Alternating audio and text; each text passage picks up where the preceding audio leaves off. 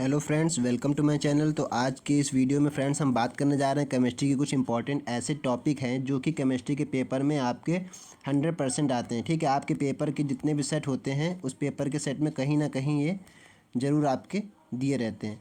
तो आज सबसे पहला टॉपिक है वो है हमारा ब्राउनी गति। ठीक है, तो ब्राउनी गति क्या होती है? सबसे पहले आप ब्राउनी गति आपने ज़रूर सुना हो, केमिस्ट्री में ब्राउनी गति का एक टॉपिक होता है जो कि 5 नंबर में या 3 नंबर में आपके पेपर में ज़रूर आता है। तो इसको आप ध्यान से देख लीजिए। जैसे आपको सबसे पहले अगर पूछा जा रहा है ब्राउनी गति पर संक्षिप्त टिप्पणी लिखिए, यह ब्राउनी गति क्या है समझाइए, कैसे भी करके आपसे क्वेश्चन पूछा जा सकता है। तो याद रखिएगा, अगर आप कहीं भी नाम सुनेंगे ब्राउनी गति तो आपके सबसे पहले ये आपके मन में डायग्राम आना चाहिए जो मैंने बना रखा है। डायग्राम का मतलब क्या है, ये कैसे है, ये क्या क्या बना है, ये अभी मैं आपको समझाता हूँ। उसके पहले आप ये डेफिनेशन को ज़रा पढ़ लीजिए। क्या लिखा है? कोलाइडी विलयन में कोलाइडी कण सदैव टेढ़ी मेढ़ी गति करते रहते हैं, इस गति को ब्राउनी गति कहते हैं। बस इतना आपको लिख देना है, समझ लिए आपके नंबर पक्के हैं। लेकिन इतना लिखने के बाद आपको ये दिखाना पड़ेगा क्या है ये। तो सपोज़ करिए, मान लीजिए ये क्या है, जो हम रख रहे हैं ये मान लेते हैं कोलाइडी विलयन है। ठीक है, कोलाइडी विलयन के कोलाइडी कण है। ये क्या है? कोलाइडी कण है। तो याद रखिए कोलाइडी कण भाई हैं। तो कोलाइडी विलयन में क्या होता है, एक दूसरे पे जो आपस में आप इसको शांत करेंगे तो आपस में एक दूसरे से मिलाएंगे, हिलेंगे वो। तो हिलेंगे तो आपस में क्या होगा, टकराएंगे। जब एक दूसरे से ऐसे मिलेंगे, ठीक है, ऐसे कड़ा रहे हैं तो एक दूसरे से टकरा रहे हैं ना, सब टकरा रहे हैं।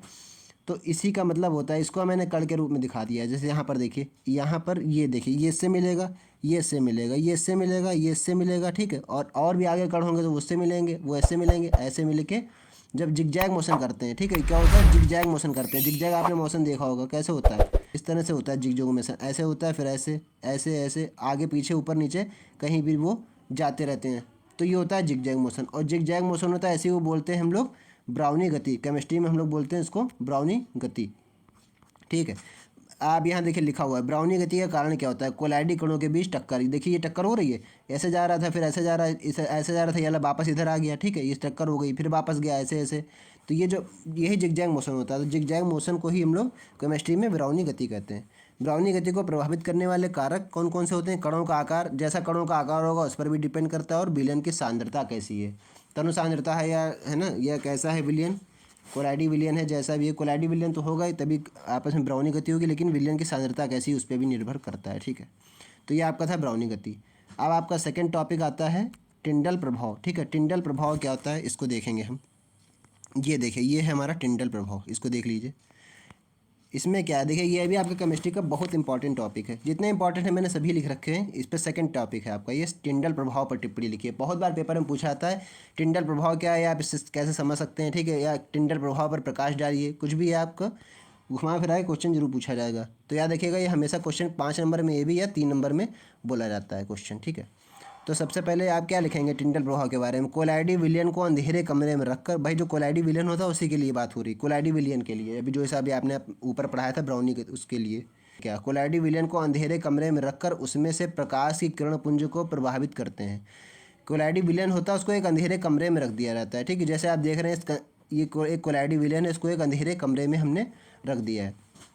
इसको एक अंधेरे कमरे में हम मान लेते हैं ये कमरा है। ठीक है, इस अंधेरे कमरे में हमने इसको रख दिया है। ठीक है, फिर क्या बोल रहा है कि किरण पुंज को प्रवाहित करते हैं। ठीक है, उसमें से ये जो विलयन रखा है यहाँ दूर से एक किरण पुंज डाल रहे हैं, एक प्रकाश की किरण डाल रहे हैं। ठीक है, देखिए प्रवाहित करते हैं तो प्रकाश की दिशा में के लंबवत देखने पर उसमें एक शंकु जैसी आकृति दिखाई देती है। ठीक है, तो जब हम एक किरण डाल रहे हैं तो क्या होता है, एक एक किरण आ रही है जब, तो उसमें एक शंकु जैसी आकृति दिखाई देती है। ध्यान अगर देखेंगे आप तो क्या होगा, मान लीजिए ये जो है यहाँ से हम ऊपर से देख रहे हैं। ठीक है, एक किरण डाल रहे हैं प्रकाश की, तो ऊपर से जब देख रहे हैं तो कैसी एक आकृति दिख रही है, शंकु जैसी आकृति दिखाई देती है। इस घटना को ही हम टिंडल प्रभाव कहते हैं। ठीक है, शंकु जैसी आकृति दिखती है, मतलब शंकु देखा होगा आपने, शंकु इस तरह का होता है। ठीक है, इस तरह का एक तंबू ऐसा होता है, इसको बोलते हैं शंकु। तो यहाँ पर जब ऊपर आँख से देख रहा है देखिए कोई, तो उसको एक शंकु ऐसी आकृति नीचे दिखाई दे रही है, तो इसी को हम बोलते हैं टिंडल प्रभाव।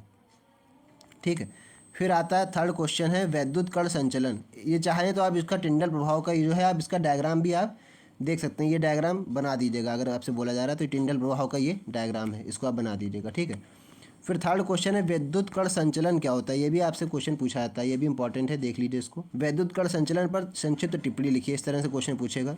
ठीक है, जब कोलाइडी विलयन में विपरीत आवेशित इलेक्ट्रोड को रखा जाता है तो वैद्युत क्षेत्र के प्रवाह में कोलाइडी कण विपरीत आवेशित इलेक्ट्रोड की ओर गति करने लगते हैं। इस क्रिया को वैद्युत कण संचलन कहते हैं। ये जो आपने डिफरेंशिएशन पढ़ी इसका मतलब क्या है हम बता रहे हैं। जैसे एक आपने एक ये रखा है, एक क्या कोलाइडी विलयन रखा है, ठीक है, और यहाँ पर आपने दो इलेक्ट्रोड रख दिए हैं, ठीक है। एक दो इलेक्ट्रोड का मतलब है दो इलेक्ट्रोड यानी positive and minus, plus and minus, दो आपने इलेक्ट्रोड लिए जिसको हम लोग प्लस को बोलते हैं एनोड एंड माइनस को बोलते हैं कैथोड, ठीक है। क्या लिखा है, ये विलियन हमने रखा है, विलियन लिया हुआ है, इसमें एक हमने छड़ लगा दी है माइनस यानी कैथोड की, एक तरफ रखी है कैथोड की छड़, एक तरफ रखी है एनोड की छड़। देखिए एक तरफ कैथोड की छड़ है और एक तरफ एनोड की छड़ है। तो बोल क्या रहा था, डिफिनेशन क्या बोल रहा है कि जब कोलाइडी विलयन में विपरीत आवेशित इलेक्ट्रोड को रखा जाता है, देखिए एक कोलाइडी विलयन है, इसमें हमने दोनों विपरीत आवेश को रखा है, तो वैद्युत क्षेत्र के प्रवाह में कोलाइडी कण विपरीत आवेशित इलेक्ट्रोड की ओर गति करते हैं। तो जो कोलाइडी कण होगा उसके उसमें क्या होगा, वैद्युत क्षेत्र के प्रवाह में कोलाइडी कण इन दोनों के बीच में कोई वैद्युत क्षेत्र लग रहा है, इसके विपरीत कोलाइडी कण आवेशित इलेक्ट्रोड की ओर गति करते हैं। तो जो आवेशित होगा उसकी ओर गति करने लगते हैं। इस क्रिया को ही वैद्युत कण संचलन कहते हैं, ठीक है। इसको आप नोट कर लीजिए, इसका स्क्रीनशॉट लेके रख लीजिए, ठीक है। फिर है फोर्थ टॉपिक आपका स्कंदन क्या होता है, ठीक है। स्कंदन देखिए ये है इंपॉर्टेंट, ये भी स्कंदन क्या होता है, ठीक है। स्कंदन में देखिए जब कोलाइडी कणों पर से आवेश को हटा लिया जाए, जब कोलाइडी कण होता है उस पर से आवेश को हटा लिया, जो अभी आपने ऊपर रखे थे प्लेट आवेश एनोड एंड कैथोड, उसको हटा दिया जाए तो क्या होता है, ये कोलाइडी कण एक दूसरे से संयुक्त होकर बड़े कण का निर्माण करते हैं, जिस प्रकार को इस प्रक्रिया को स्कंदन कहते हैं, ठीक है। या जैसे देखिए छोटे छोटे कण हैं, ये कौन से हैं, ये कोलाइडी कण हैं। ये लोग जब आपस में मिलकर एक क्या होता है, एक बड़े कण एक संयुक्त होकर मिल जाते हैं। पहले ये सारे एक अलग अलग कण थे, जब आवेश को हटा लिया गया तो ये सब कण आपस में मिल जाते हैं और एक संयुक्त कण बना लेते हैं, एक बड़ा कण। तो इस प्रकार की प्रक्रिया को बोलते हैं हम लोग स्कंदन, ठीक है। इसको भी आप नोट करके रख सकते हैं। फिर हमारा पाँचवा टॉपिक है अपोहन। अपोहन क्या होता है देखिए, ये बहुत इंपॉर्टेंट है अपोहन, ये आपको आना चाहिए। देखिए जब अशुद्ध सॉल को अर्धपारगम्य झिल्ली में भरकर जल से भरे पात्र में लटका दिया जाता है तो अशुद्धियाँ धीरे धीरे जल में विसरित हो जाती हैं, यानी मिल जाती हैं, घुल जाती हैं, ठीक है, तथा शुद्ध सॉल थैली में शेष बच जाता है। इस प्रक्रिया को अपोहन कहते हैं। मानिए क्या, जैसे एक हमने अर्धपारगम्य झिल्ली ली, मतलब अर्धपारगम्य यानी ट्रांसपेरेंट आप बोल सकते हैं झिल्ली। अर्धपारगम्य मतलब ऐसे कि थोड़े कण उसमें निकल सकते हैं गंदगी के और बाकी जो शुद्धता रहती है वो ऊपर रह जाती है पन्नी में ही, उसको बोलते हैं हम लोग अर्धपारगम्य झिल्ली। तो जब अशुद्ध सॉल, कोई अशुद्ध सॉल ली हमने, ठीक है, अशुद्ध सॉल यानी जो हमने ली उसको एक अर्धपारगम्य झिल्ली में भर दिया खूब, ये जो है हमारे अंदर अर्धपारगम्य झिल्ली में सब भर दिया। देखिए जैसे आप डायग्राम में देख रहे हैं, ठीक है, ये डायग्राम में आप देख रहे हैं अंदर ये क्या है, अर्धपारगम्य झिल्ली है। इसमें हमने पुटली बना के इसको रख दिया, इसमें सारा जो हमारा साल था, ठीक है। फिर क्या है कि तो अशुद्धियाँ धीरे धीरे जल में विसरित हो जाती हैं, ठीक है। अशुद्धियाँ जो है वो हमारी धीरे धीरे जल में विसरित हो रही हैं, देखिए नीचे, ठीक है, धीरे धीरे विसरित हो रही हैं तथा शुद्ध साल थैली में शेष बच जाता है। जो जो हमारा शुद्ध बचा होगा वो इस थैली में अंदर बचा रह जाएगा, बाकी सब अंदर जल में नीचे आके घुल जाएंगी, ठीक है। इस प्रक्रिया को ही हम लोग अपोहन कहते हैं, इसको अपोहन विधि कहते हैं। तो ये आप देख रहे हैं जल है, ठीक है, बीकर में एक, और यह शुद्ध साल के अर्धपारगम्य झिल्ली में रख दिया, ठीक है। जो हमारा मेन जो अंदर बचा होगा सॉल, वो शुद्ध सॉल वो अंदर रहेगा, बाकी जो अशुद्धियाँ होंगी वो बाहर जल में विसरित हो जाएंगी या घुल जाएंगी, ठीक है। तो ये हमारा रीजन होता है अपोहन। तो ठीक है, आज की वीडियो में इतना ही। आपको उम्मीद करते हैं आपको समझ में आया होगा कैसे क्या होता है। आगे नेक्स्ट पार्ट इसका जल्दी बनाऊँगा। तब तक के लिए चैनल में अगर आप नए हैं तो जुड़ जाइए, ठीक है। और बाकी आज की वीडियो में इतने ही। आप जितना पढ़ाया था हमने सब कुछ इंपॉर्टेंट ही है, इसको एक बार ध्यान से देख लीजिएगा और इसका आप चाहें तो स्क्रीनशॉट भी लेके रख सकते हैं, ठीक है। ये आपके पेपर में बहुत ज़्यादा काम आएगा, ठीक है।